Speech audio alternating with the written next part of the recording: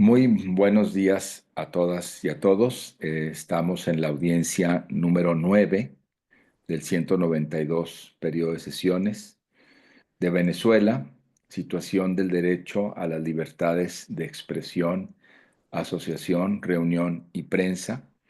Quiero saludar José Luis Caballero aquí, presidente de la Comisión Interamericana de Derechos Humanos, y quiero saludar y agradecer la presencia de las organizaciones solicitantes en esta audiencia en la mañana de este día. Su participación es muy importante para el diálogo, la promoción, el respeto de los derechos humanos. Es una sociedad civil muy robusta la de Venezuela y hemos acompañado desde la Comisión Interamericana, particularmente de manera muy especial en el año pasado, ante, como lo dijo un informe particular, graves violaciones a los derechos humanos en el contexto electoral que ha marcado también una actuación importante de la Comisión Interamericana. Agradezco mucho además la presencia esta mañana de la comisionada Andrea Pochac, que es primera vicepresidenta de la Comisión Interamericana, relatora para personas en movilidad y relatora para Memoria, Verdad, Justicia, de la comisionada Gloria de Mit, que es quien es relatora para Venezuela, además de personas mayores y personas afrodescendientes. Está también el relator especial de libertad de expresión, Pedro Vaca, y está María Claudia Pulido, quien es secretaria adjunta de monitoreo. Yo quisiera además decir tres cosas que me parece que son relevantes en este contexto de la sociedad civil que participa en un estado de cosas como la que tenemos en Venezuela. Conviene recordar, apuntar, leer claramente el artículo 63 del reglamento de la Comisión Interamericana de Derechos Humanos. El Estado, en cuestión, en este caso Venezuela, debe otorgar las garantías pertinentes a todas las personas que concurren a una audiencia o que durante ella suministren a la comisión informaciones, testimonios o pruebas de cualquier carácter. El Estado no podrá enjuiciar a los testigos ni a los peritos, ni ejercer represalias contra ellos o sus familiares a causa de sus declaraciones o dictámenes rendidos ante la comisión. De igual forma, quiero recordar que, como saben, ahora la comisión está pasando un momento particularmente complejo y pues en estas audiencias hacemos una reiteración, digamos, de nuestro compromiso frente a los desafíos que amenazan la garantía y el respeto de los derechos humanos. A pesar de los retrocesos y las dificultades, la Comisión Interamericana va a seguir trabajando con firmeza y compromiso para avanzar en la construcción de sociedades más justas e igualitarias. Vamos a seguir adelante con determinación, visibilizando y monitoreando la situación de los derechos a través de este mecanismo que son las audiencias públicas. De igual manera, quiero comentarles que para que esta audiencia sea inclusiva, solicitamos a todas las personas que participen, que inicien sus presentaciones indicando su nombre, su cargo y la organización o institución a la que representan. Posteriormente, cada vez que tomen la palabra, agradecemos que vuelvan a decir su nombre al inicio, de manera que las personas con discapacidad visual puedan identificar a quien hace uso de la palabra. También recordamos que estas audiencias disponen de subtítulos en la pantalla de Zoom. Cada persona puede activarlos directamente desde sus equipos, elegir el tamaño de visualización, herramientas que además están en los canales de difusión de la Comisión Interamericana. El tiempo de esta audiencia va a estar repartido de la siguiente manera: sociedad civil 30 minutos, Comisión Interamericana 30 minutos, luego comentarios de la sociedad civil hasta por 27 minutos y de ahí cerramos la sesión. Entonces, sociedad civil empezaría su participación, tiene 30 minutos, ahí está el cronograma en pantalla. Adelante, por favor. Muchísimas gracias. Señores y señoras comisionados, señor presidente José Luis Caballero, señora primera vicepresidenta Andrea Pochac, señora relatora para Venezuela Gloria Monique de Mes, señor relator para Libertad de Expresión Pedro Vaca, todos y todas. Yo me llamo Vía Barbosa, integro la Oficina de Reporteros Sin Fronteras para América Latina y en nombre de las organizaciones peticionarias agradezco el espacio para tratar la preocupante situación de personas periodistas y comunicadoras y medios de comunicación en Venezuela. En la última década, el país ha experimentado uno de los declives democráticos más agudos de la región. Desde que el presidente Nicolás Maduro asumió el poder en 2013, el gobierno no ha parado de extender su influencia sobre el aparato estatal. Esta coyuntura se agudiza a través de una crisis económica que llevó a 8 millones de personas a salir del país. En este contexto, la prensa y el periodismo independiente se han visto particularmente afectados, así como las organizaciones protectoras de la libertad de expresión.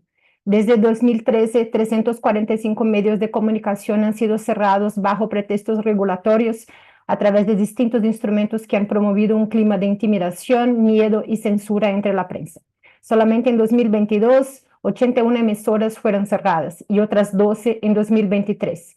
En el periodismo impreso, la distribución de insumos controlada por el Estado y la crisis económica hicieron que desde 2013 hayan desaparecido más de 100 periódicos. Hoy, solamente 24 medios impresos operan sin la capacidad de producir contenido diario.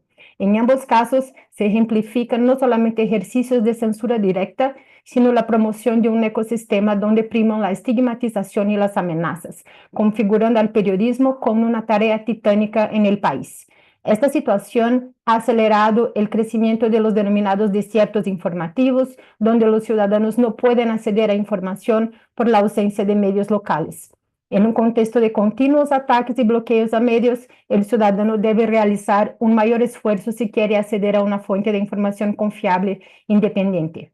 Por otro lado, la creciente influencia del Poder Ejecutivo sobre las ramas judicial y legislativa ha tenido un efecto negativo sobre la persecución a periodistas y otras voces disidentes. Leyes como la Ley contra el Fascismo, aprobada en primera discusión, la Ley anti-ONG, aprobada en 2024, o la Ley contra el Odio de 2017, son ejemplos de la instrumentalización del aparato judicial contra la prensa.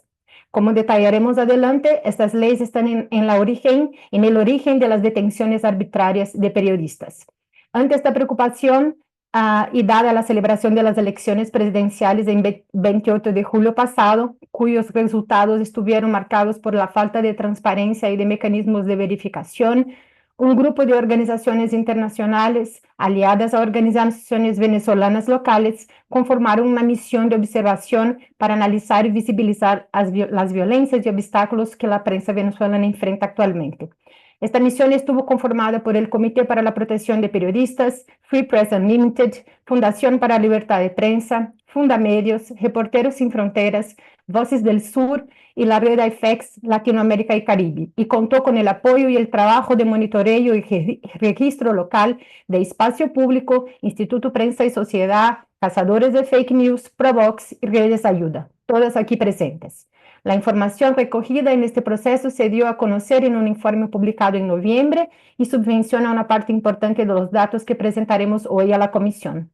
Cabe destacar que la misión realizó una solicitud de información al Ministerio de Poder Popular para la Comunicación e Información de Venezuela, buscando información oficial sobre el cierre de medios de comunicación entre 2013 y 2024, el arresto de periodistas y bloqueo del acceso a sitios web a 30 portales informativos y de ONGs en el marco electoral, y también la anulación de pasaportes a periodistas.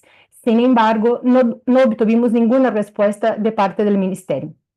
Por último, subrayamos que a pesar de las condiciones para el ejercicio periodístico durante el gobierno Maduro, el incremento de la violencia en contra la prensa vino después de la celebración de los comicios.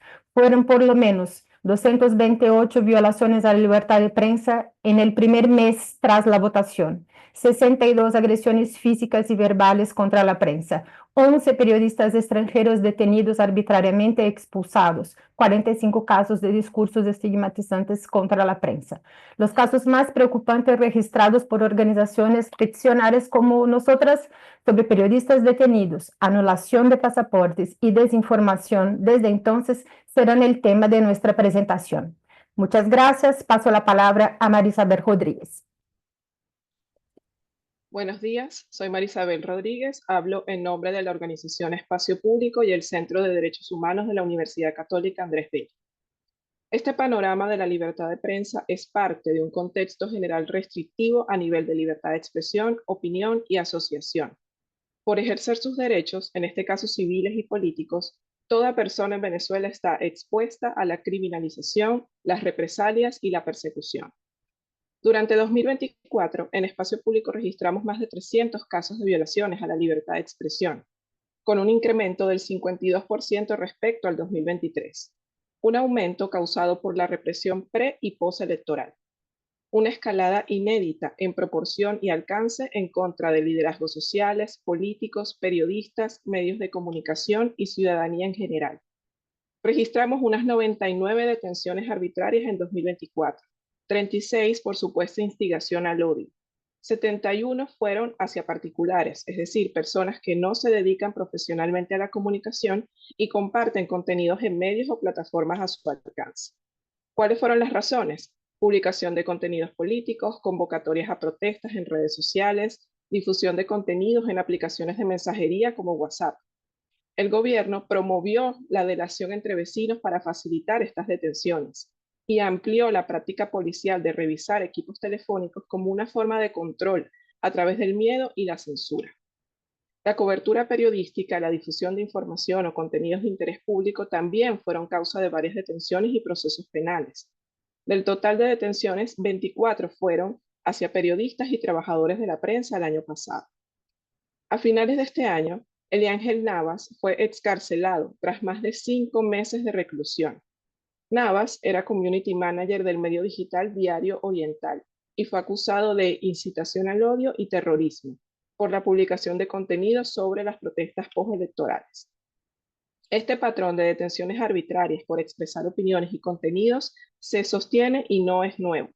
Por el contrario, se intensifica, no solo con detenciones más prolongadas, sino con el avance hacia sentencias condenatorias en algunos casos.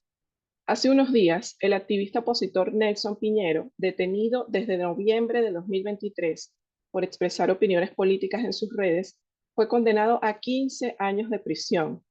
Por Luis Ovalles, juez tercero de juicio en el estado Carabobo. Así, como parte de un esquema estructural de persecución, 2025 inició con una nueva ola de detenciones arbitrarias hacia políticos, activistas y personas defensoras de derechos humanos.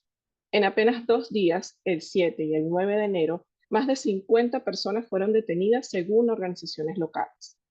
Entre enero y febrero registramos en espacio público 13 detenciones por ejercer la libertad de expresión, 6 de periodistas y trabajadores de la prensa. Desde el 28 de julio a la fecha, 8 periodistas están en la cárcel, al menos 3 de ellos a causa de su trabajo, y una decena enfrenta procesos judiciales.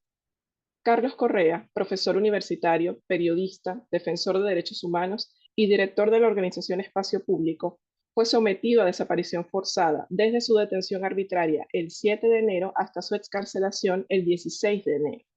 Las autoridades nunca admitieron formalmente su sitio de reclusión. Correa fue completamente incomunicado.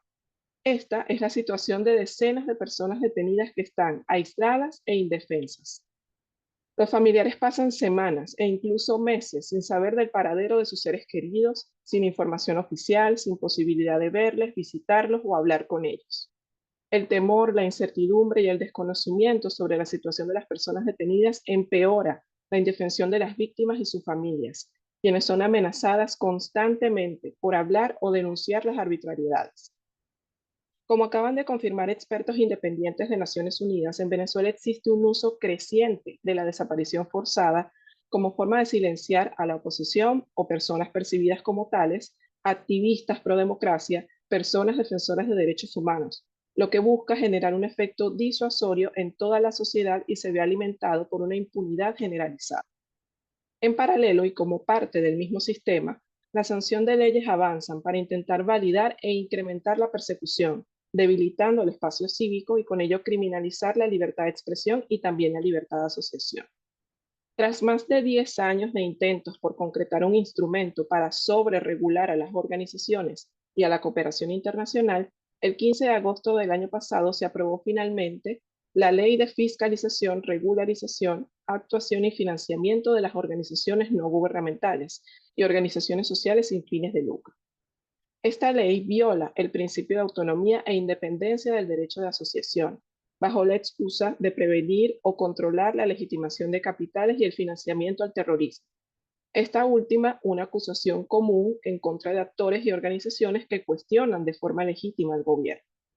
Su sanción ilegalizó de hecho a todas las organizaciones en el país, al buscar condicionar su existencia a un nuevo registro que respondería directamente a los intereses del gobierno. El 28 de noviembre de 2024 fue aprobada la Ley Simón Bolívar contra el bloqueo imperialista y en defensa de la República Bolivariana de Venezuela. Esta ley restringe la libertad de expresión, la participación y el acceso a la información bajo la premisa de proteger la soberanía nacional. Esta ley Simón Bolívar castiga la expresión de opiniones críticas o difusión de información contraria a los intereses del Estado, como por ejemplo el desconocimiento de las autoridades o la supuesta promoción de sanciones contra funcionarios. La regulación establece penas de hasta 30 años de prisión y multas entre 100.000 y 1 millón de euros o dólares según la divisa de mayor valor en el país. El pasado 9 de febrero, Rocío San Miguel, defensora de derechos humanos y directora de la organización Control Ciudadano, cumplió un año injustamente detenida. San Miguel no ha podido designar a sus abogados de confianza ni estos han tenido acceso a su expediente, por lo que no se sabe exactamente de qué la acusan. San Miguel sufrió una fractura de hombro hace más de 6 meses que no ha sido tratada debidamente. Sus derechos a la defensa, al debido proceso, a la salud e integridad personal han sido violentados. Javier Tarazona, profesor, defensor de derechos humanos y director de la organización Fundaredes, tiene más de 3 años detenido injustamente por hacer denuncias de interés público. Es acusado de instigación al odio y terrorismo. A la fecha no se ha llevado a cabo el juicio. Su defensa no ha podido verlo en más de 3 años de reclusión y su salud se ha visto seriamente comprometida en varias ocasiones. En conclusión, las prácticas e iniciativas recientes y vigentes consolidan un entorno mucho más hostil y peligroso para la sociedad venezolana. Un aumento de las detenciones arbitrarias, junto a desapariciones forzadas cada vez más frecuentes, incluso de mayor duración en algunos casos. Y la aprobación de leyes con sanciones desmedidas buscan centralizar aún más el discurso público, con consecuencias cada vez más graves para el disenso y la crítica, incluso si ésta solo se sospecha y ni siquiera se ejerce. Periodistas, medios de comunicación independientes, liderazgos sociales y políticos, personas defensoras de derechos humanos, activistas y ciudadanos actúan y existen con temor y a pesar de las consecuencias. Es necesario fortalecer la documentación y denuncia internacional de casos por parte de este sistema como mecanismo de contención. Agradecemos el trabajo de este sistema y de la Comisión en particular, a pesar de las limitaciones. Muchas gracias. Ahora le doy la palabra a mi compañero Melanio Escobar. A todos los presentes un saludo y mi respeto. Soy Melanio Escobar, director de la ONG venezolana Redes Ayuda. En Venezuela, la anulación de pasaportes ha emergido como una táctica de represión contra periodistas, defensores de derechos humanos y activistas. Esta medida busca restringir la movilidad de aquellos que denuncian violaciones de los derechos humanos. Un segundo que me cambiaron el texto acá, por algún motivo. Gracias. Esta medida busca restringir la movilidad de aquellos que denuncian violaciones de derechos fundamentales y buscan justicia en foros internacionales. El Centro por la Justicia y el Derecho Internacional, CEGIL, y el Comité de Familiares de Víctimas del Caracazo, COFAVIC, y el Instituto Prensa y Sociedad, IPIS Venezuela, realizaron una investigación cualitativa en la que documentaron 40 casos de anulación de pasaportes, especialmente en los meses posteriores a las elecciones presidenciales del 28 de julio de 2024. El estudio revela que esta estrategia no es un hecho aislado, sino que que forma parte de un patrón más amplio de persecución estatal. Se suma a otras formas de represión. La falta de transparencia y la inexistencia de un procedimiento legal claro para la revocación de pasaportes ha generado un clima de incertidumbre entre los afectados, muchos de los cuales evitan hacer público su caso por temor a represalias. Esta práctica afecta no solo a quienes han sido directamente perseguidos, sino también a sus familiares y al derecho de la ciudadanía a estar informada. Organismos internacionales han señalado el deterioro del Estado de Derecho en Venezuela y el uso sistemático de tácticas de represión contra opositores políticos, periodistas y defensores de derechos humanos. En este contexto, la anulación de pasaportes aparece como una herramienta más dentro de este ecosistema de represión. La anulación de pasaportes no es una práctica nueva en Venezuela. Desde el 2016, el régimen ha utilizado esta medida contra figuras políticas, periodistas y activistas. Casos como el de César Miguel Rondón, Nelson Bocaranda, Enrique Capriles y el de mi persona, Melanio Escobar, evidencian cómo el Estado ha recurrido a esta estrategia para restringir la movilidad de aquellos que considera adversarios. Desde hace años se han registrado casos en los que los ciudadanos que intentan viajar se enteran en el aeropuerto de que sus pasaportes han sido anulados sin previo aviso. En algunos casos, las autoridades han justificado estas acciones alegando errores administrativos o irregularidades en los documentos, cuando en realidad se trata de decisiones políticas orientadas a impedir la salida del país de personas incómodas para el régimen. La situación se agravó significativamente tras las elecciones presidenciales del 28 de julio de 2024. En el mes siguiente, al menos 35 periodistas y defensores de derechos humanos descubrieron que sus pasaportes habían sido anulados. La mayoría de ellos no recibió ninguna notificación formal y solo se enteraron cuando intentaron viajar o al revisar su estatus en el sistema del SAIME. Entre los casos más graves se encuentra el de Yendri Velázquez, defensor de derechos LGBT+, quien fue retenido en el Aeropuerto Internacional de Maiquetía cuando intentaba viajar a Ginebra para asistir a una reunión del Comité de Naciones Unidas para la Eliminación de la Discriminación Racial. Funcionarios del DGCIN lo interrogaron durante 5 horas, le confiscaron su teléfono y su pasaporte antes de liberarlo. El patrón de anulación de pasaportes no se limita a figuras de alto perfil. Muchas de las personas afectadas tenían una exposición pública media o baja, lo que indica que el régimen no solo persigue a los líderes más visibles, sino que busca generar miedo entre todos los que trabajan en la defensa de los derechos humanos y de la libertad de expresión. En algunos casos, la medida ha afectado incluso a familiares de los afectados, lo que incrementa el nivel de presión y persecución. La anulación de pasaportes tiene consecuencias devastadoras para quienes la sufren. En primer lugar, impide la movilidad de los afectados. Y algunos periodistas y defensores de derechos humanos han optado por la clandestinidad o han buscado formas alternativas de salir del país por temor a ser detenidos arbitrariamente en los aeropuertos. Otros han quedado atrapados en el exterior, sin posibilidad de regresar a Venezuela sin enfrentar algún tipo de represalia. A nivel emocional, la incertidumbre y el miedo han generado altos niveles de estrés, ansiedad y depresión entre los afectados y sus familias. El impacto psicológico es profundo y prolongado, afectando su capacidad para continuar con su trabajo y vida cotidiana. Para periodistas y activistas, la anulación de pasaporte implica una barrera en su labor. No poder viajar significa perder oportunidades de formación, limitar su participación en foros internacionales y, en algunos casos, impedir la obtención de recursos para sostener sus organizaciones o medios de comunicación. En términos económicos, la medida ha generado pérdidas significativas, tanto por los costos de los pasajes y trámites cancelados como por la imposibilidad de continuar con actividades laborales fuera del país.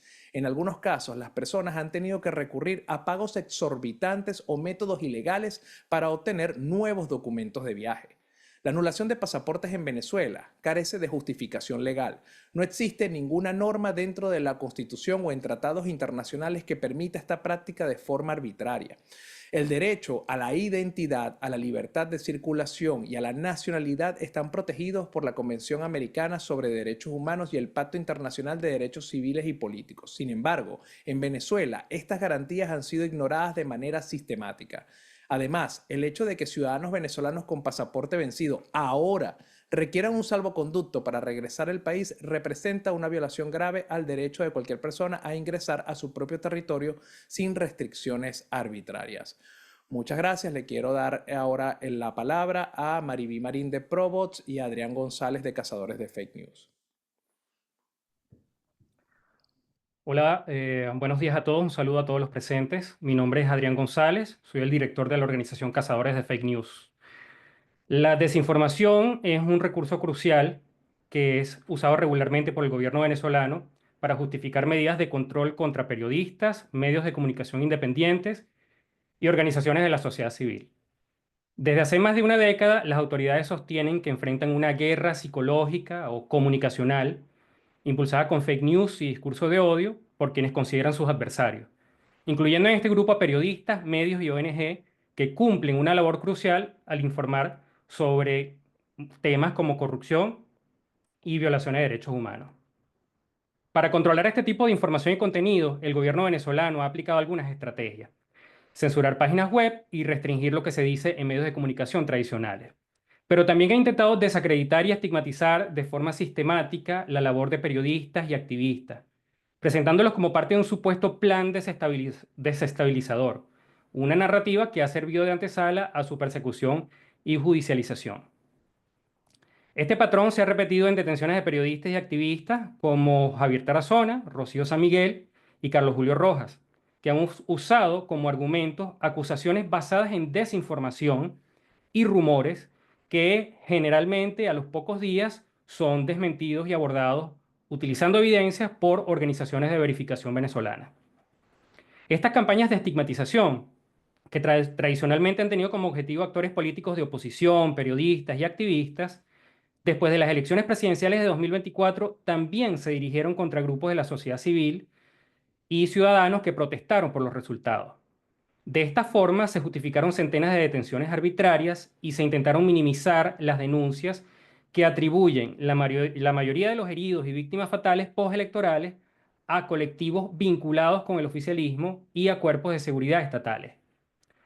Todo este esquema de desinformación se repite a diario en medios oficiales y tiene como verdadero público objetivo a militantes del partido de gobierno, algunos aliados internacionales, fiscales, cuerpos de seguridad y autoridades, presionándolos a actuar bajo la premisa de que existe esta supuesta guerra psicológica y comunicacional que tiene que ser contenida. La desinformación entonces está siendo usada como una herramienta para reprimir la libertad de expresión y para criminalizar a periodistas y activistas venezolanos. Muchas gracias. Paso la palabra a Maribí Marín. Muy buenos días, Maribí Marín, directora ejecutiva de la organización Provox. Tras las elecciones de 2024, el gobierno no solo reprimió físicamente a quienes protestaron, sino que desplegó una maquinaria digital de persecución y desinformación respaldada por instituciones estatales y fuerzas de seguridad. Aunque la censura ha ido en aumento, esta ofensiva se intensificó desde la madrugada del 29 de julio, cuando el Estado, a través de entes gubernamentales, voceros y medios afiliados, impuso la narrativa de proteger y garantizar la paz a toda costa. Este discurso encubría una estrategia de intimidación y represión hacia cualquier persona que manifestara contra los resultados anunciados por el CNE e incluso a quienes documentaran estas manifestaciones.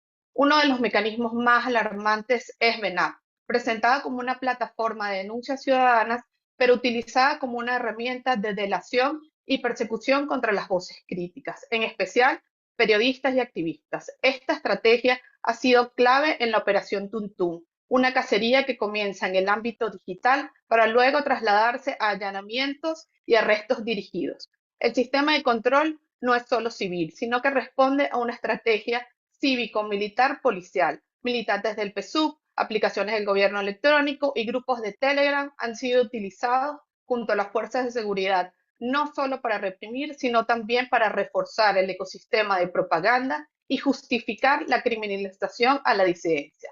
Los principales actores de esta represión incluyen la DIGESIN, el SEBIN y la FAES, que pese a su disolución oficial sigue operando con tácticas de terror, la PNB y la GNB. La mayoría de estos cuerpos de seguridad han sido investigados por la Corte Penal Internacional por crímenes de lesa humanidad, mientras que la CIDH y la ONU han documentado su participación en detenciones arbitrarias, torturas y ejecuciones extrajudiciales. Pero el Estado no solo persigue, también manipula. Tras las elecciones se activó una campaña digital masiva para desacreditar las denuncias de fraude y minimizar la violencia postelectoral.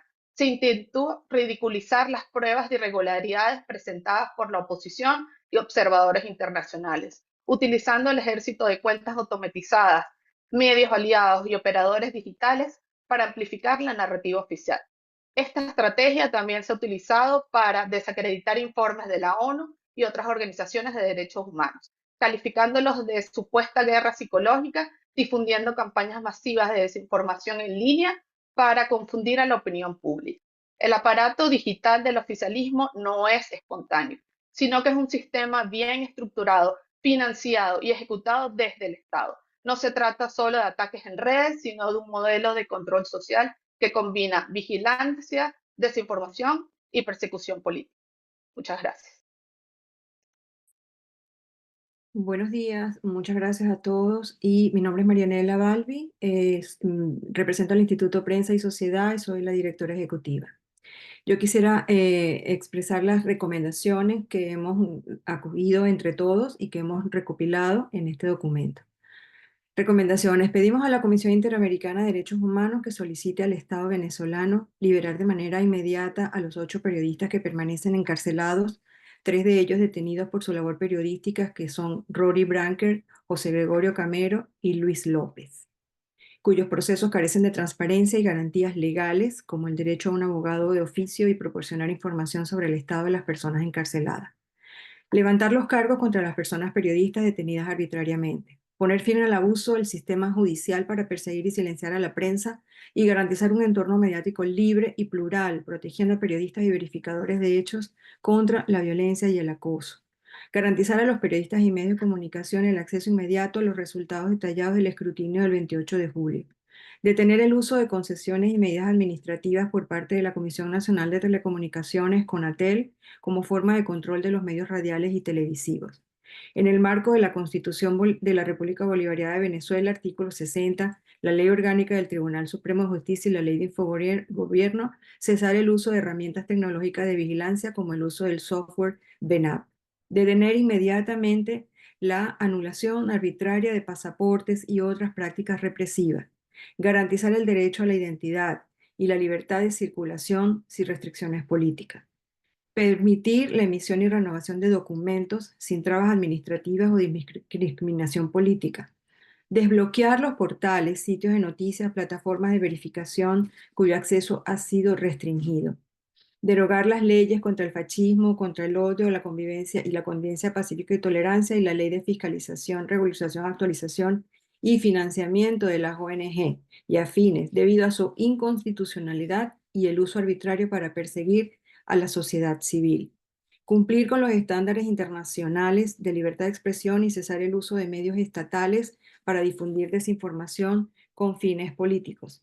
Abstenerse de realizar operaciones de información que manipulen la opinión pública y difundan desinformación o inciten al odio.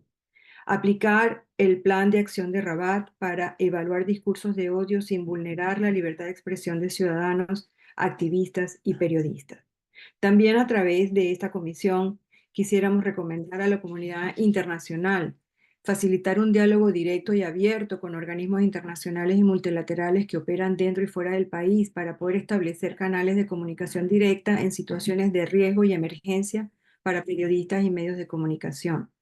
Mantener un seguimiento constante de la situación del ejercicio del periodismo en el país, fortalecer y abogar por el establecimiento de alianzas mediáticas que impulsen la labor periodística de manera regional, nacional y en el exilio.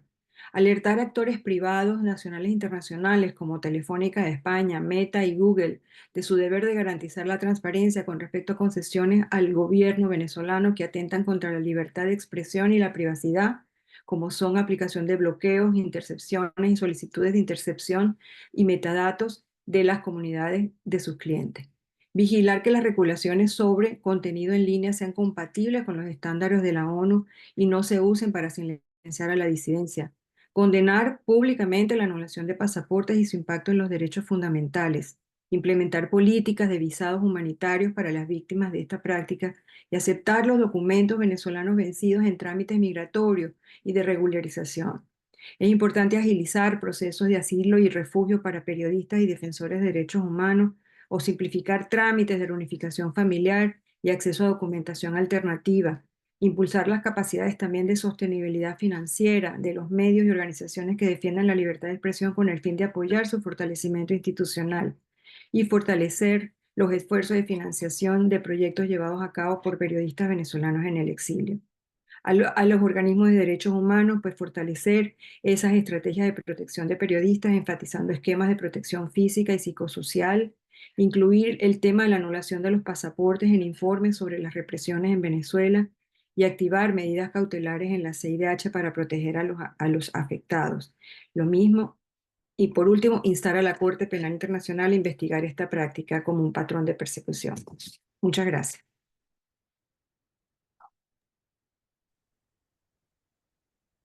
Muchas gracias. Muchas gracias por esta abundante información. Es muy impresionante lo que está ocurriendo en Venezuela. Muy impresionante también, de verdad, el trabajo que ustedes están realizando en medio de tantas complejidades. Es de mucho reconocimiento estos obstáculos, estos laberintos, la represión, la dificultad que tienen ustedes para poder articular la defensa de los derechos y poder presentarse en la audiencia y poder evidenciar ante la comunidad internacional su trabajo y su lucha es de todo mi reconocimiento. Muchas gracias. En esta, digamos, riqueza informativa, quizá, yo creo, bueno, no quizá, valdría la pena que nos pudieran transitar las informaciones y las presentaciones, si pueden ponerlas en el chat. Nos solicitan, eso sería muy importante para que la Comisión Interamericana pueda redoblar sus esfuerzos y hacer un trabajo pues todavía más robusto del que ha hecho ya con Venezuela, especialmente durante todo 2024 y empezando este año también. Muchas gracias. Vamos a empezar con la intervención de la Comisión Interamericana y le quiero dar la palabra a la comisionada Gloria de Mis, quien es la relatora para Venezuela y quien ha estado muy presente también todo este año con el país y con la mirada de la comisión. Comisionada Gloria de Mis, por favor, adelante. Thank you. Thank you very much, President Caballero. And I want to say good morning to all present. These hearings are always very difficult, and not difficult to follow, but difficult to hear actually how the backgrounds to our reports, because one could read a report without having an inkling of thought what the words and the statistics and the data mean, and could qualify or disqualify the report based on mere methodology, not recognizing the lives that are impacted and what is expressed in these reports. So I thank you for being here, being present during this hearing, but more so being present in Venezuela and taking account of what is taking place on the ground, specifically in this time that we all find ourselves that is quite intransparent, unstable, and where the support that we have had over the years is diminishing without thought.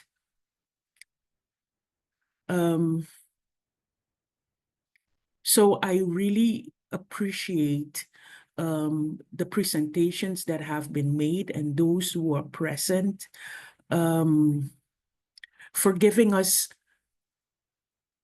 more background. And actually, with this report, restrictions to freedom of press and media, asphyxia within the electoral context in Venezuela. I would say it ties into the report that has been produced by the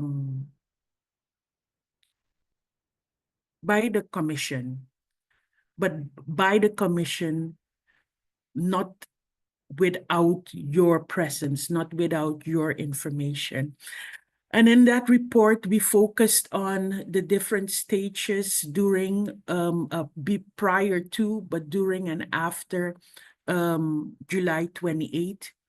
In the report, we focused on the impact to different groups within the Venezuelan society, political society, but also in terms of those in social context, human rights defenders, opposition, but also journalists.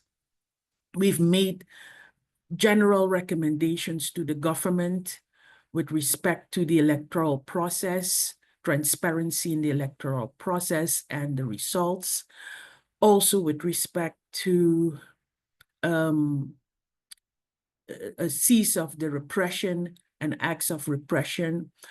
And we also made recommendations specifically with respect to freedom of expression. With this report, we have tried and we will continue to amplify the voices within Venezuela, the voices of victims, the voices of professionals, the voices of journalists like you and media workers. So your recommendations to us during this session are very important because they will strengthen us in continuing to amplify your voice on an international platform. What I can assure you of, and President Caballero did that at the beginning of the session, we recognize as a commission that the modus operandi of the state is silence the voices at any cost. And I can assure you that the intent, the commitment of the commission is to amplify your voice. So I thank you very much. I have no questions in this particular round. I yield the floor back to you, President Caballero. Gracias, muy amable, comisionada Demes. Tiene la palabra ahora la comisionada Andrea Pochack, primera vicepresidenta de la comisión. Muchas gracias, presidente. Buenos días a todos y todas. Un saludo y un acompañamiento muy solidario para la lucha que están llevando adelante y que quiero personalizar en una persona que yo conozco personalmente, que es Carlos Correa. No podemos naturalizar lo que está ocurriendo en Venezuela contra periodistas, contra defensores de derechos humanos, contra el pueblo en general. Es indescriptible la frustración que sentimos quienes tenemos que proteger derechos humanos cuando no podemos hacer más. La situación de Venezuela para la Comisión Interamericana es una situación no solamente de falta de democracia, una situación de graves violaciones de derechos humanos, sino que fue categorizada por la Comisión Interamericana como una situación de terrorismo de Estado. Y yo quiero explicar, por lo menos en mi opinión personal y siendo argentina, lo convencida que estoy de que en Venezuela hay un terrorismo de Estado, que es la categoría que usábamos en Argentina durante la dictadura. Y esto es porque, como ustedes dijeron, hay un declive democrático, hay un ecosistema de represión, esa categoría de ecosistema de represión. No hay independencia judicial, hay un uso abusivo de la fuerza, hay una práctica sistemática de la desaparición forzada, hay una alteración de los resultados electorales, hay una situación de temor generalizado, la práctica de la delación, ¿no? entre vecinos, entre la propia sociedad civil. Eso es terrorismo de Estado acá y en cualquier lugar del mundo. De manera que, en primer lugar, nuestro acompañamiento, nuestro compromiso, nuestra convicción de que tenemos que seguir levantando la voz fuerte y no dejar solos nunca al pueblo venezolano. Nuestro enorme reconocimiento al valor que tienen ustedes es... yo realmente no sé si están todas las personas en condiciones de enfrentar lo que ustedes están enfrentando. No sé si nosotros mismos estamos en condiciones de hacerlo. Poner la cara después de haber sido privado de la libertad, incomunicado, estar habiendo sido víctima de desaparición forzada. Realmente lo que ustedes vienen a hacer en esta audiencia es una epopeya enorme. Y entonces, por supuesto, nosotros tomamos nota de las recomendaciones, vamos a seguir haciendo todo lo que esté a nuestro alcance, vamos a seguir utilizando la herramienta de las medidas cautelares, porque salvar una vida, lograr una liberación un día antes, ya vale la pena. Entonces, no dejen de recurrir a la Comisión Interamericana solicitando medidas cautelares. Nosotros vamos a hacer todo lo posible para visibilizar con nombre y apellido a cada una de las víctimas, porque reconocer públicamente el nombre y el apellido puede salvarles la vida, y eso es lo que vamos a hacer, aunque no tengamos otra herramienta a disposición. Y por supuesto vamos a seguir reclamándole a la comunidad internacional todo lo que la comunidad internacional debe hacer. Venezuela fue un país absolutamente solidario con la región cuando el resto de los países atravesaban dictaduras o conflictos internos armados, y Venezuela fue un lugar de refugio de muchísimos latinoamericanos perseguidos. Y eso es lo que se exige ahora del resto de los países. Una mayor solidaridad con las personas de Venezuela que deben huir de Venezuela, que deben buscar refugio, que deben encontrar trabajo, ¿no? Periodistas exiliados de Venezuela que deben encontrar trabajo en otros países. Desde la Relatoría de Movilidad estamos siguiendo con mucha atención los programas de regularización migratoria, de protección internacional dedicados a personas de Venezuela, y siempre reconocemos como una buena práctica cuando los países tienen una norma específica para venezolanos, y también reclamamos en cada uno de los foros en los que participamos una atención a los flujos migratorios y de salida por protección internacional de personas de Venezuela, pero seguiremos haciéndolo todo lo que sea necesario. Así que cuenten con nosotros. A mí me gustaría preguntarles, siendo ustedes periodistas de Venezuela, pero también de otros países, ¿qué es lo que están encontrando en otros países? ¿Qué tipo de apoyo están encontrando en sus países de origen, si no es de Venezuela, o donde deben encontrar trabajo los venezolanos que salen de Venezuela? Y qué es lo que nosotros podemos hacer, en todo caso, para incrementar la solidaridad regional en este escenario. Muchas gracias, presidente. Muchas gracias, comisionada Pochack. Tiene ahora la palabra el relator especial Excuse a la me, libertad de expresión, Pedro Vaca, comisiones de mes. porfa. No tengo interpretación, so it's very difficult for me to follow if we're Okay. going to continue. I need interpretation, please. I think we are trying to resolve the problem. Let me see. Relator. It's been corrected. Thank you. I can hear now. Yes. Gracias. Muy bien, muy bien.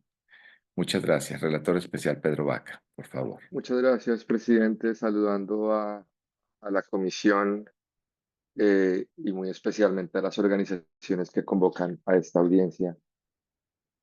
Yo quisiera empezar diciéndote, Carlos, que para mí es una enorme alegría que estés conectado a esta llamada, que reconozco en ti un luchador histórico por la libertad de expresión, no solo en Venezuela, sino en la región. Y esto es algo que he podido experimentar de primera mano. Y que además eres históricamente un usuario del sistema interamericano de derechos humanos. Y espero que así siga siendo. Y esta siempre será también el foro y la casa para hablar de libertad de expresión con las personas que trabajan arduamente en el terreno, que no se rinden y que creo que son un faro inspirador en tiempos tremendamente oscuros que tienen nuestras sociedades. Bienvenido de vuelta. Y eso me lleva a un primer punto que quisiera compartir con la comisión, y es que aquí están conectadas las organizaciones más rigurosas y representativas de libertad de expresión del mundo y de la región, y que la información que nos proporcionan es altamente verificada, es rigurosa y por lo tanto es considerada en los informes que produce la Relatoría Especial para la Libertad de Expresión. También es ponderada, no podemos poner esta información al mismo nivel de la propaganda y eso no nos hace sesgados, nos hace rigurosos. Y creo que eso es importante, reconocer que las cifras, los datos que hemos venido escuchando, la trazabilidad histórica que en esta audiencia se remonta hasta el año 2013 o desde el año 2013 por lo menos en términos de los cambios drásticos del ecosistema informativo y también desinformativo en Venezuela, es y se obtiene con información rigurosa, pero no solo es una información buena, es una información a un costo altísimo para las personas. Es una información con muy pocos recursos y apoyos. Y es una información que el obtenerla, el procesarla, el transmitirla, el corroborarla, enfrenta unos obstáculos que no se enfrentan en casi ningún otro país de la región. Luego esto le añade un ingrediente de valentía, además del valor de la propia información. Y creo que esto no solo es importante reconocerlo acá, sino trasladarlo a los estados de la OEA, para que no duden de la información que se ha recabado de forma rigurosa, directa y por personas que soportan por la defensa de los derechos humanos y de la libertad de expresión unos costos enormes. Yo quisiera compartirles que creo que esta es una audiencia que nos habla de tres momentos de la libertad de expresión que confluyen en el hoy. Hay un componente histórico, una erosión de el entorno informativo, de las capacidades de medios de comunicación impresos y radiodifundidos,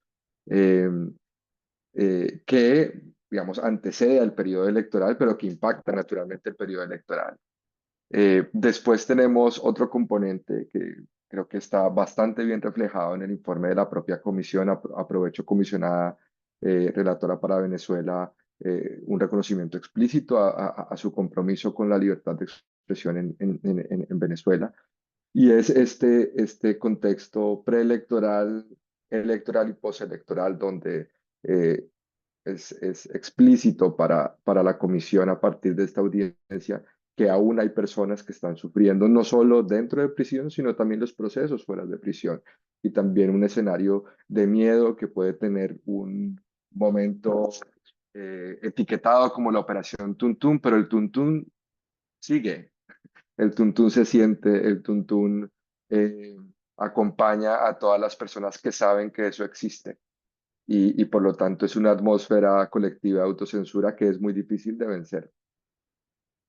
Y también nos han comentado algunos componentes de lo que podríamos llamar un hoy y un hacia adelante que es tremendamente difícil y que implica una debida y adecuada protección de los actores y de los vectores democráticos en el país, incluyendo medios de comunicación. Creo que este es el primer escenario en el que escucho con tanto detalle las políticas de cancelación de pasaportes y las medidas de represalias de orden político o trabas administrativas que hacen discriminación de orden político. Creo que estos son ingredientes que se integran a la conversación, al análisis interamericano y que ciertamente mandarán de nuestra parte un posicionamiento.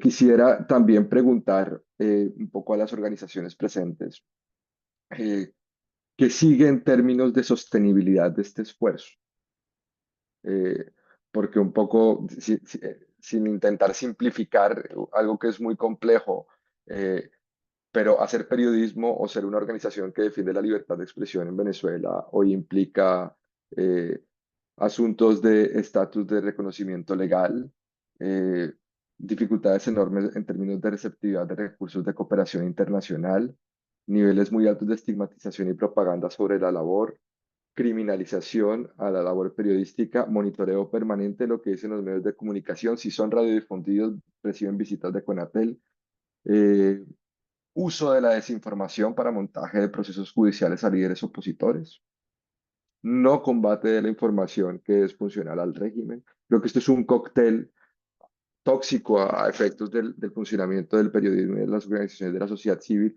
Y quisiera preguntar también por el tema de sostenibilidad de este esfuerzo. ¿Cómo están las capacidades dentro y fuera de Venezuela para mantener el esfuerzo de seguir documentando? Y cierro con una reflexión, presidente, perdón si me tomo algunos minutos de más, pero creo que parte de mi labor de acompañamiento a la comisión en estos temas es también anticipar escenarios. Y es que es un proceso encadenado que puede estar a punto de romperse. La información que produce el periodismo en Venezuela y sobre Venezuela claramente beneficia al debate público, muy lastimado, pero existe en Venezuela, pero también es una información que si se deja de producir, si se deja de hacer periodismo, si se deja de hacer chequeo de información, eso también va a afectar actores como la propia Comisión Interamericana de Derechos Humanos, a efectos de poder hacer su ponderación y su análisis y su monitoreo. Y afecta también las posibilidades de que una comunidad internacional a la que estamos llamando insistentemente a tomar conciencia y empatía por la crisis de derechos humanos sostenida en Venezuela, a que esta comunidad internacional pueda tener información. Luego, para mí estamos en un momento particularmente sensible, donde yo quisiera animar a que las organizaciones, si a bien lo estiman en esta audiencia o por escrito, puedan transmitir qué ven hacia adelante en términos de la sostenibilidad de este esfuerzo y de qué forma la Comisión Interamericana de Derechos Humanos y en mi caso la Relatoría Especial para la Libertad de Expresión puede sumar a ese esfuerzo. De verdad, mi reconocimiento enorme y mi gratitud con todas las organizaciones conectadas. Muchas gracias, presidente. Gracias, el relator especial Pedro Vaca. María Claudia Pulido, si quieres hacer alguna intervención, por favor.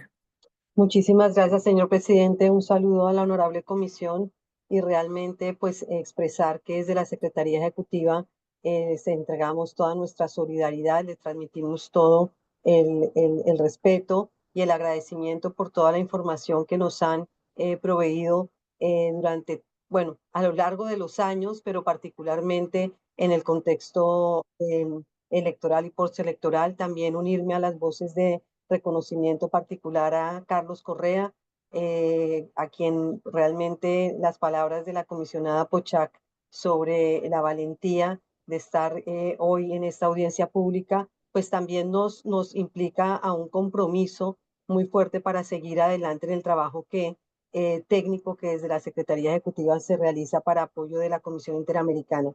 Yo quisiera, hablando de ese último punto que decía el relator especial de hoy, y hacia adelante, hacia futuro, cómo poder utilizar ese informe sobre graves violaciones de derechos humanos en el contexto electoral de Venezuela, toda vez que fue publicado el 7 de enero pasado, presentado por la comisionada Gloria de Mes ante los órganos políticos y que tiene muchos de los elementos que ustedes han planteado aquí, obviamente se desarrollan, se detallan, pero también ya están muchas de las recomendaciones que ustedes están formulando a la comisión. Entonces, desde una perspectiva más estratégica, cómo poder utilizar ese informe, ¿no?, para diseminarlo y para poder avanzar en esa tarea de conciencia, como se planteaba, de la comunidad internacional.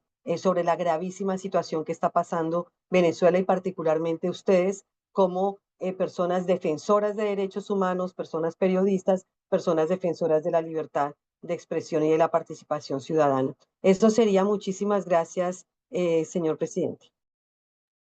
Gracias a María Claudia Pulido. Muy relevante las participaciones y las preguntas, y les agradezco mucho a mis colegas.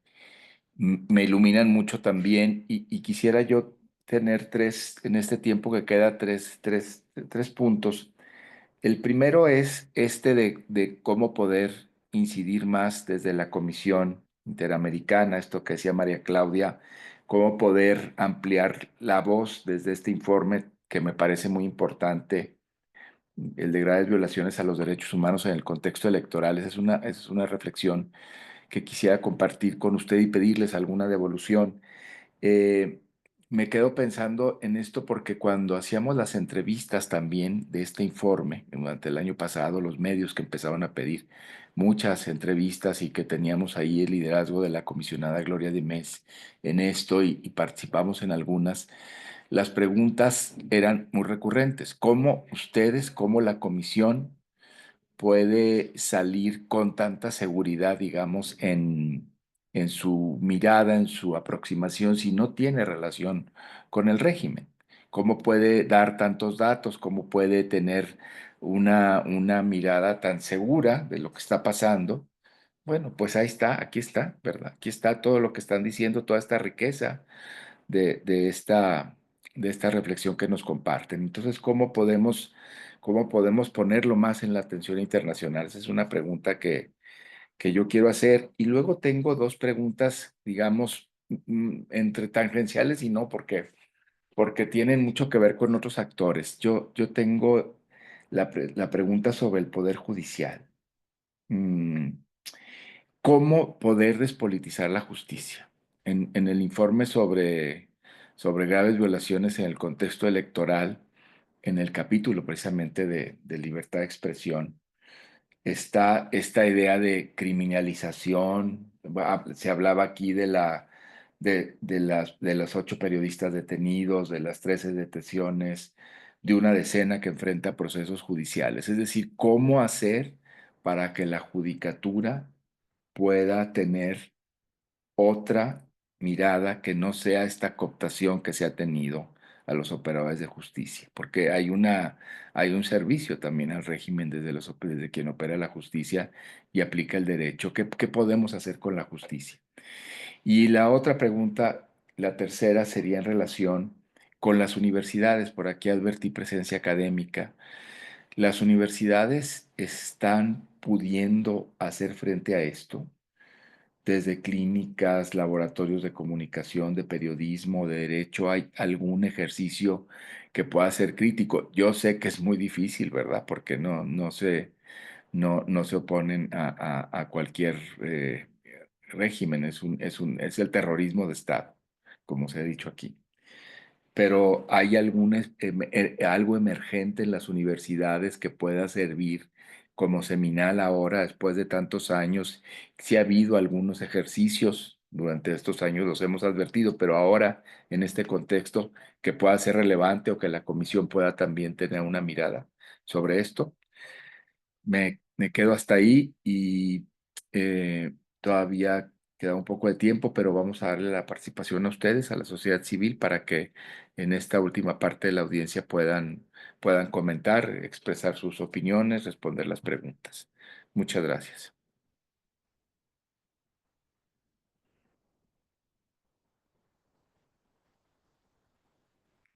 Carlos Correa, veo tu mano levantada. No sé si alguien va a tener el liderazgo de llevar las participaciones, pero le doy la palabra a Carlos en esta primera intervención, con mucho gusto. Muchísimas gracias. Básicamente quiero agradecer la respuesta rápida de la comisión.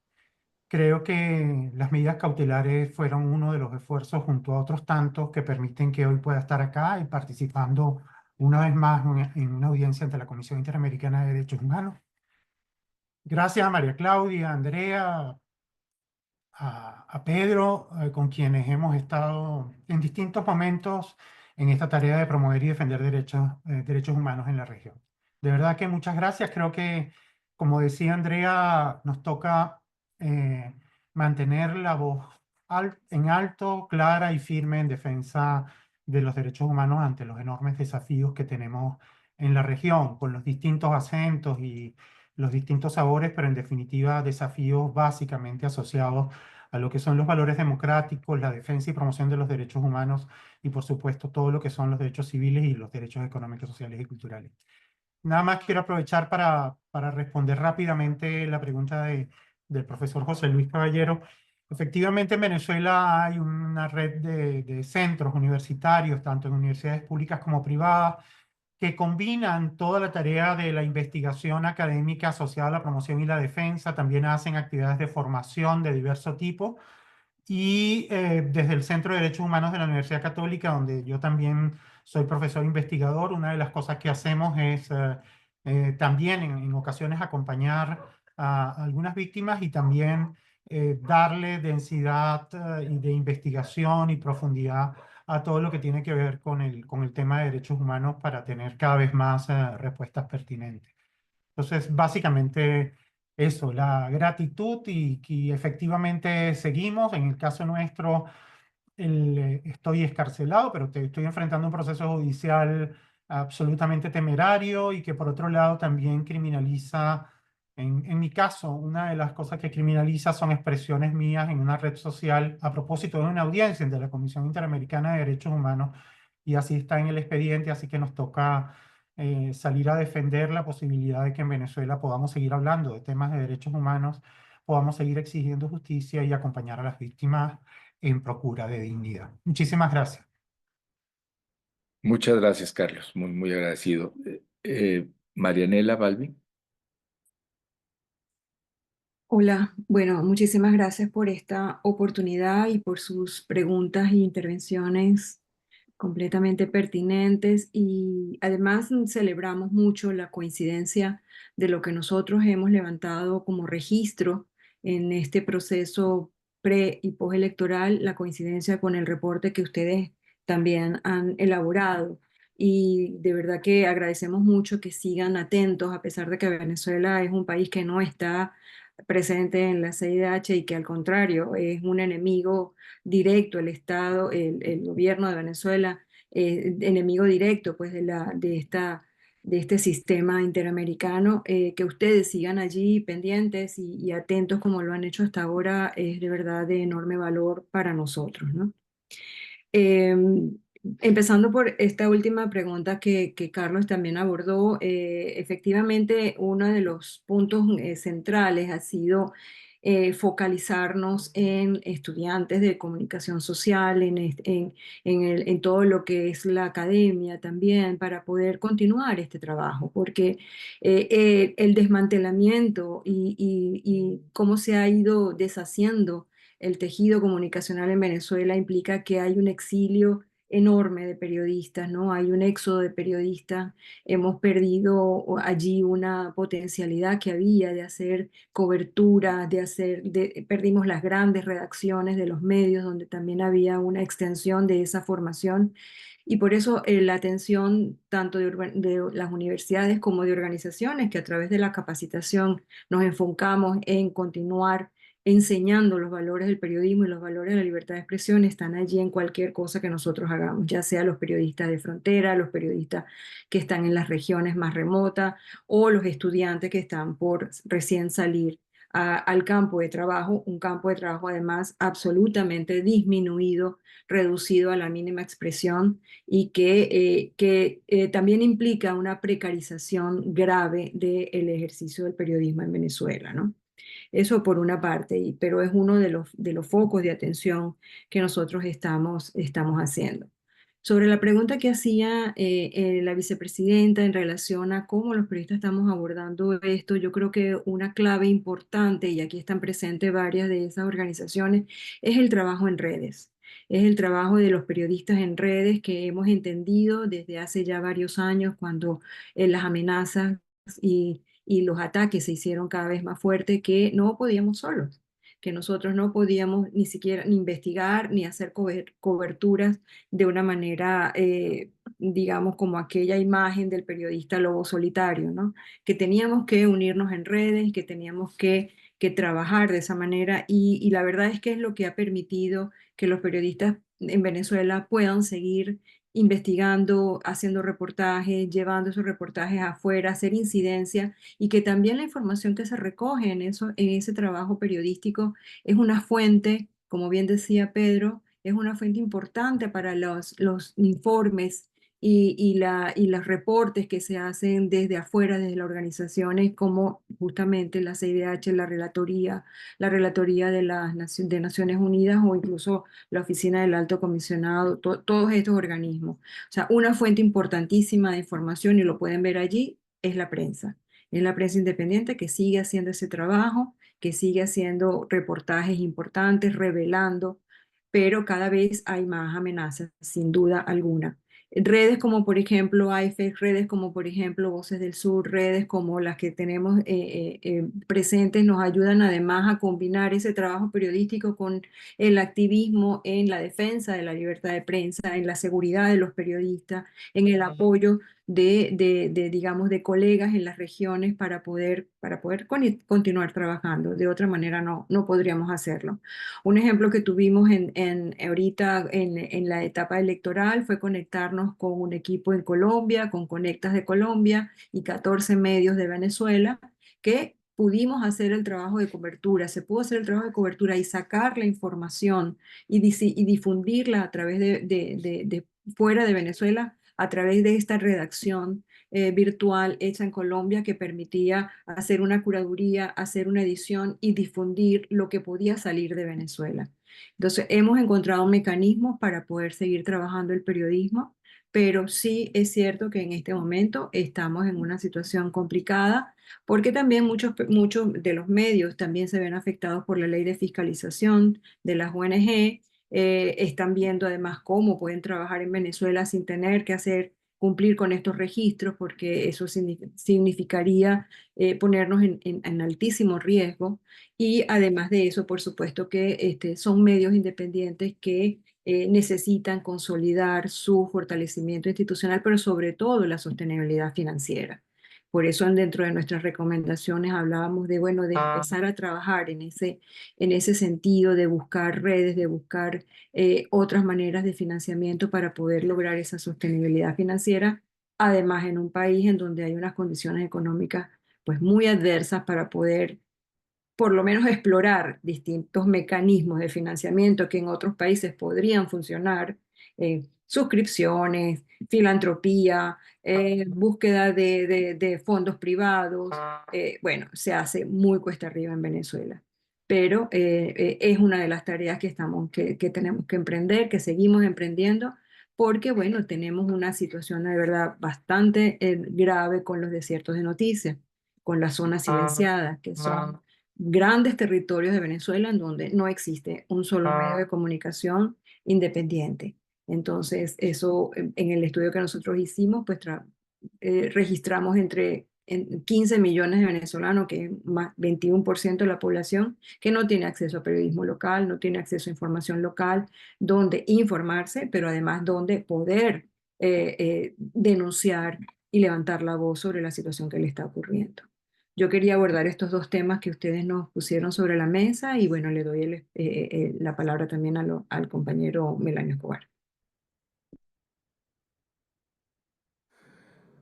Muchas gracias, Nela, y gracias a todos los aquí presentes. Quiero abordar la pregunta que hacía el relator Pedro Vaca, quien considero, bueno, no solamente un amigo, sino un aliado de la lucha por la libertad de expresión en Venezuela, y le agradezco su pertinente pregunta sobre el tema de la sostenibilidad del ejercicio periodístico, de este tipo de alianzas, del trabajo de las organizaciones de la sociedad civil, considerando el contexto represivo que existe en Venezuela e inclusive agregándole el contexto de dificultad global en lo que implica conseguir sostenibilidad para una organización de derechos humanos, organización periodística y que pueda continuar con el ejercicio, ¿no?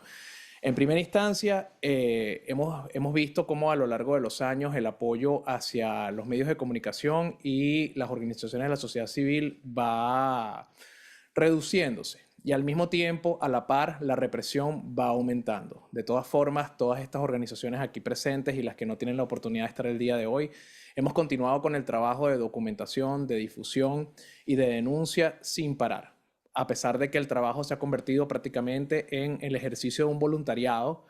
Al mismo tiempo, tenemos la motivación persistente de llevarle a las personas la información que necesitan y sobre todo a la comunidad internacional los elementos necesarios para que puedan sumar sus voces a la denuncia que nosotros constantemente hacemos.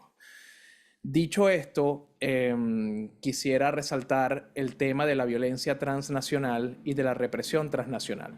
Lo que yo comentaba durante mi primera intervención sobre el tema de los pasaportes es un tipo de represión transnacional que va más allá de la frontera venezolana. Una vez que a un periodista o a cualquier ciudadano, pero más específico lo que nos convoca acá, a un periodista o un defensor de derechos humanos, se le anula el pasaporte y se le niega el derecho a la identidad, tiene afectaciones no solamente directas al periodista, sino al ecosistema familiar, al ecosistema laboral y en consecuencia al país que él cubre, al país que se beneficia del trabajo que él realiza y le permite al poder continuar impunemente ejerciendo sus crímenes, sus delitos, sus violaciones de los derechos humanos sin que tenga ningún tipo de contraloría.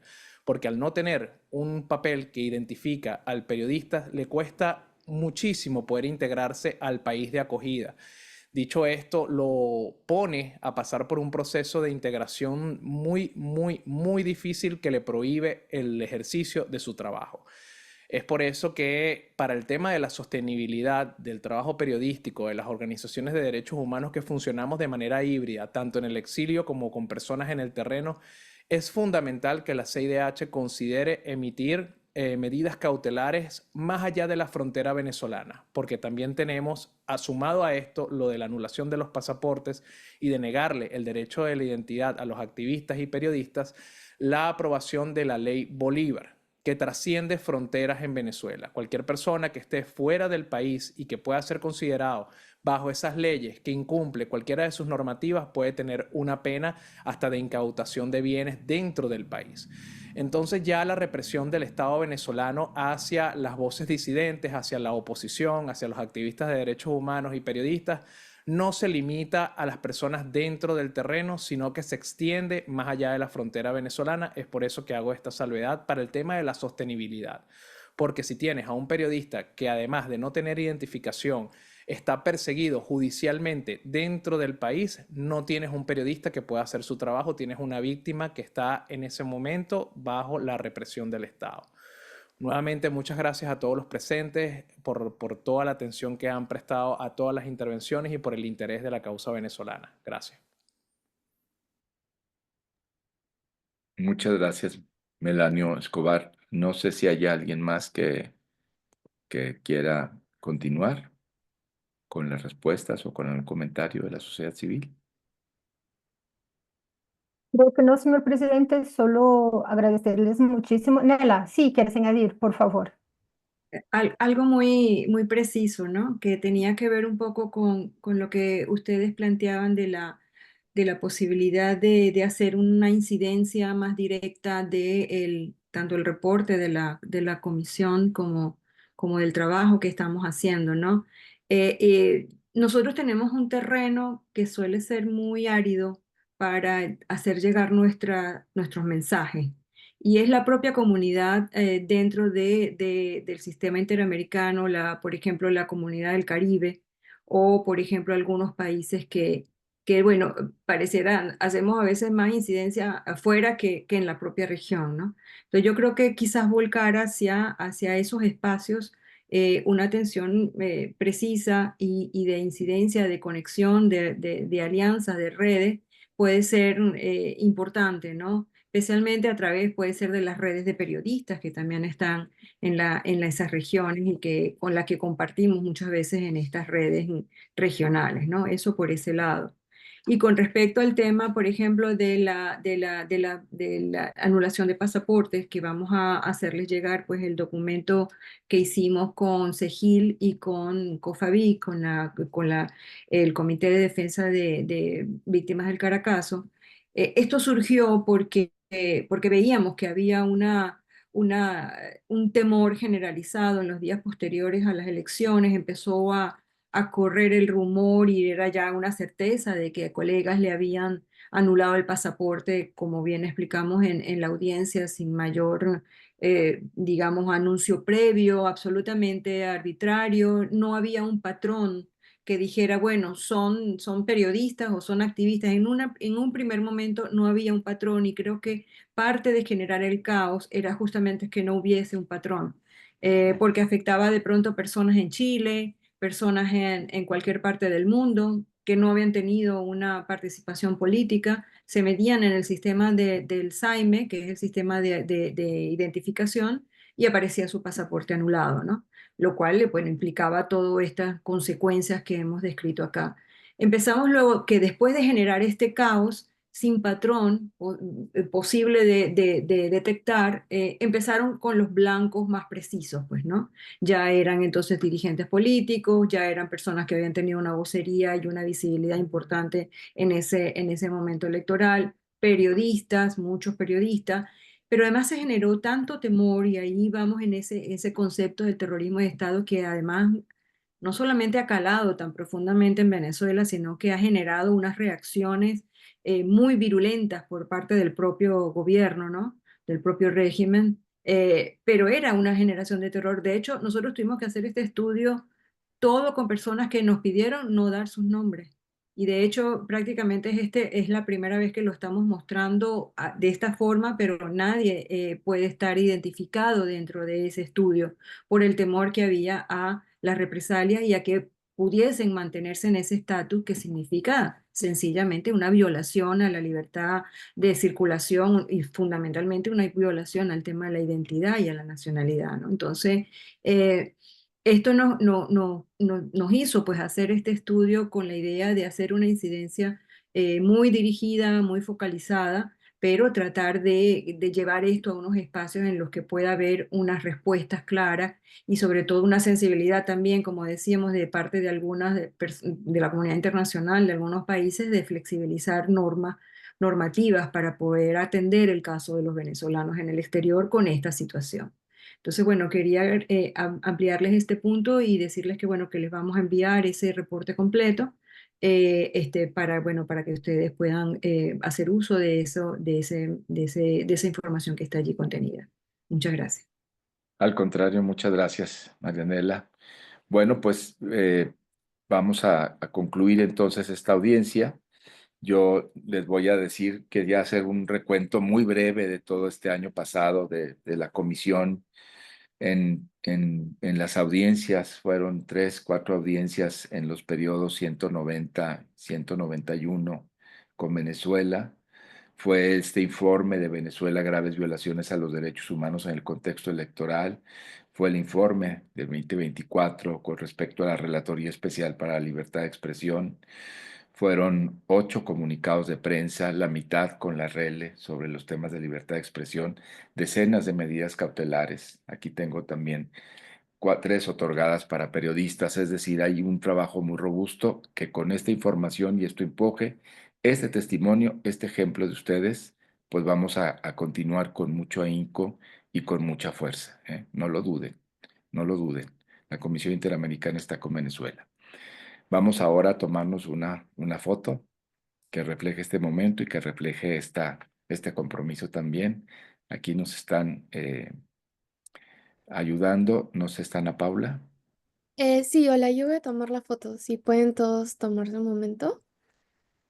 Em, a ver, verifico que salió bien. Vamos a tomar otra por si acaso. Muchas gracias. Qué buena foto. Esta sí nos gusta. Gracias. Es que ayer Chao, que tengan buenos días. Muchísimas gracias. Muchas Buen día. gracias. Buen día. Muchas gracias. Chao, gracias. Muchas gracias, que estén bien. Gracias. Gracias.